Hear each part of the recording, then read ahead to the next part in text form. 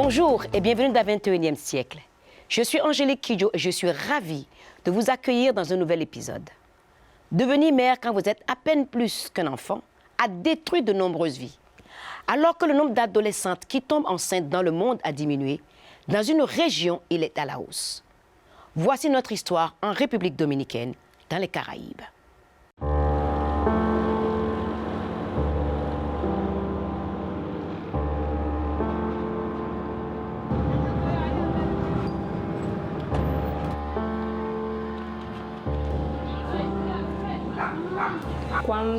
On a commencé à sortir ensemble quand j'avais 13 ans, et lui 16 ou 17.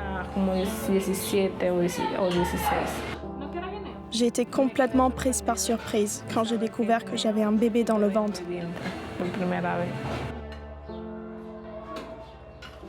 J'avais 15 ans. J'étais vraiment déprimée. Je ne parlais pratiquement à personne. Je ne sortais plus. J'ai eu mon premier fils à 15 ans et le deuxième à 18 ans. C'était la pire sensation que j'ai jamais connue. J'avais honte, j'étais sous le choc, perdue, je voulais avorter. Je ne voulais pas être mère à 15 ans.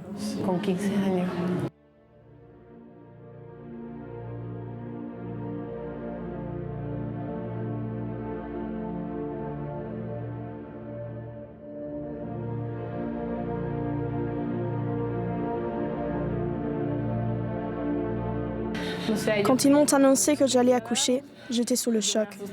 J'ai commencé à paniquer. Je suis tombée enceinte parce que je ne savais pas. Je n'avais pas reçu d'éducation sexuelle. Je ne savais pas comment me protéger.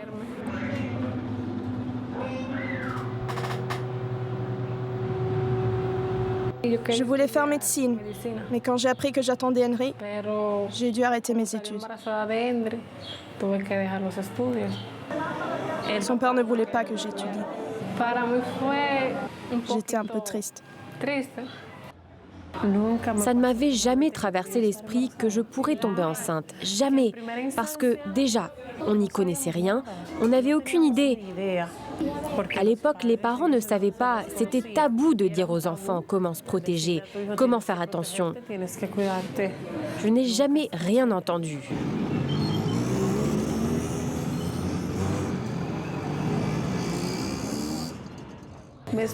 J'ai été renvoyée de l'école comme si j'étais un chien enragé qui allait contaminer tout le monde. Beaucoup de mères et mes amis leur ont interdit de me fréquenter, disant que j'étais une mauvaise influence. 3 mois après l'accouchement, j'ai commencé à chercher du travail. Et puis j'ai passé un marché avec mon oncle. Il vit avec sa fille, je m'occupe du linge, du repassage, et il m'aide avec les dépenses pour le bébé. Ça a duré assez longtemps, jusqu'à maintenant. Maintenant, mon premier fils, Jérémy, vit avec son père pour des raisons économiques. C'est vraiment difficile pour moi de subvenir aux besoins des deux. Dès que je peux, le week-end,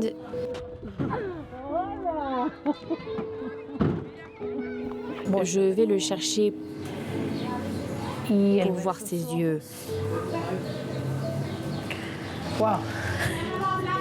Pour voir sa tête quand sa maman arrive.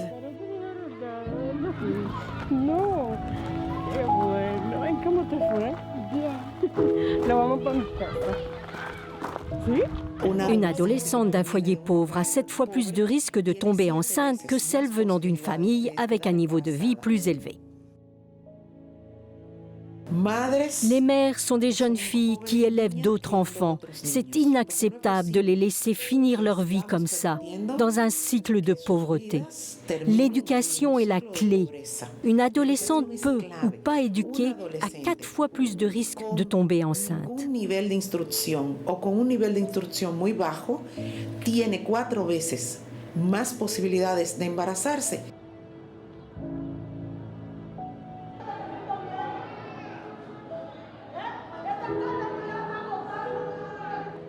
L'un des problèmes les plus graves ici est que les adolescentes tombent enceintes une première fois, puis, un an plus tard, elles sont de nouveau enceintes. C'était vraiment un coup dur. J'ai dit « wow ». On l'a fait une fois et je suis de nouveau enceinte parce que je ne savais rien. Je suis tombée enceinte et c'était pire. Elles quittent l'école ou sont virées de l'école, ce qui enfreint la loi sur l'éducation qui prévoit que les adolescentes enceintes doivent rester à l'école. Le fait est que la grossesse affecte immédiatement leur scolarité dans la plupart des cas.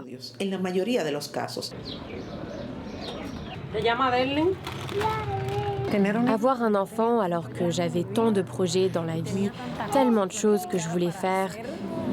J'ai toujours pensé que j'aurais un bébé une fois ma carrière professionnelle démarrée. Mais il est arrivé trop tôt. Il est important d'éduquer les adolescents, de les orienter dans leur sexualité. Ça joue un rôle vraiment important.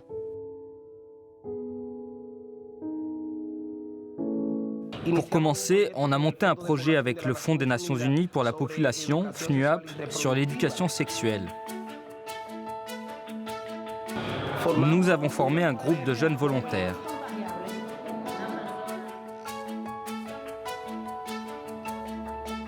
Je fais des présentations dans les lycées, au gouvernement local de Saint-Cristobal, dans les écoles publiques, dans les bibliothèques et parfois j'installe simplement des chaises dans la rue. J'ai fait des présentations à des mères et des pères qui ne connaissaient même pas le sujet. J'essaie de dire les choses le plus simplement possible pour que tout le monde comprenne le message. La plupart des jeunes de 14 ans, de 18, 20 ans n'ont jamais entendu parler du préservatif féminin. C'est bizarre, ce n'est pas quelque chose de familier. Je ne suis pas gênée ou effrayée parce que ça fait partie de ma vie.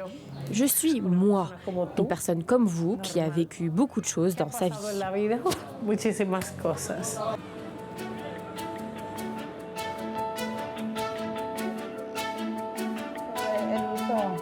Correcto del condón y sobre las enfermedades de transmisión sexual, que como saben hay muchas. Ustedes saben el uso del condón.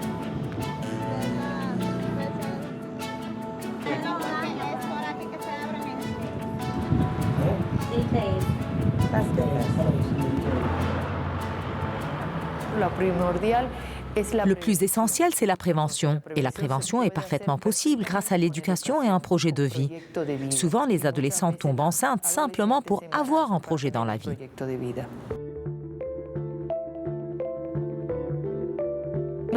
En tant qu'adultes ou représentants des autorités, nous avons l'obligation de leur fournir les outils pour se protéger.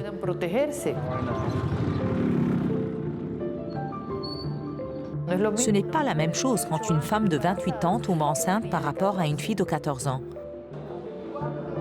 Beaucoup d'adolescentes n'ont pas de projet de vie et la seule chose dont elles disposent, c'est leur corps qu'elles utilisent comme stratégie d'échange, comme instrument d'échange, parce qu'elles n'ont rien d'autre.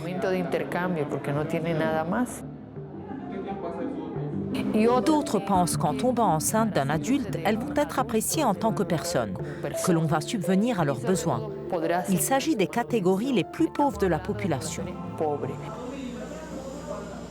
Dans ce pays, les jeunes ont peu de possibilités. Par exemple, ici, nous formons 25 jeunes dans la bijouterie.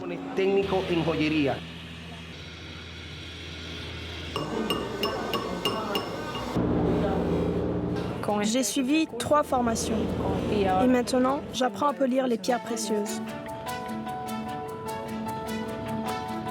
Je vais à l'école le dimanche. Dans 3 ans, j'aurai mon diplôme d'études secondaires. Je vais étudier la médecine pour devenir docteur. Voilà ce que je veux faire.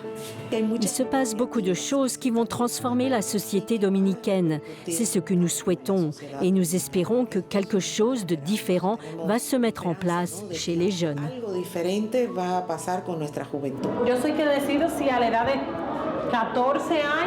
J'adore ça.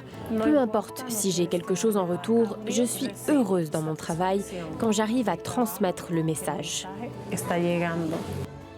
J'ai un fils qui va avoir 7 ans et il sait très bien ce que c'est un préservatif. Mon fils de 10 ans aussi. Nous ne connaissons pas ce genre de tabou parce qu'ils m'ont accompagné à beaucoup de mes présentations. Je leur dis, tombez amoureux, c'est très bien, mais faites attention à vous. J'espère à l'avenir pouvoir finir ma scolarité et étudier la psychologie et me spécialiser en éducation sexuelle parce que j'adore ça.